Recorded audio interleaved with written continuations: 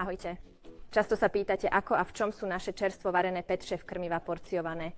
Prvým krokom na webovej stránke je výber hmotnosti psíka. Vďaka nej vám pridelíme porcie, ktoré pokryjú jeho dennú potrebu živín.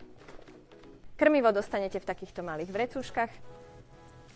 Zároveň je veľmi dôležité vyzdvihnúť, že táto odporúčaná denná dávka závisí od veku a intenzity pohybovej aktivity tvojho psa. U dospelých psov odporúčame krmenie 2-krát denne, teda túto dávku stačí rozdeliť na 2 polovice.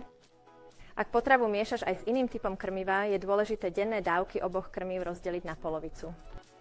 Ak psík trpí inkontinenciou moču, večerné krmenie odporúčame v neskorších popoludňajších hodinách. V prípade ranného krmenia odporúčame podávanie väčšej porcie ako polovica dennej dávky, keďže má PetChef, rovnako ako všetky varené krmivá vo všeobecnosti, obzvlášť vysoký obsah vody.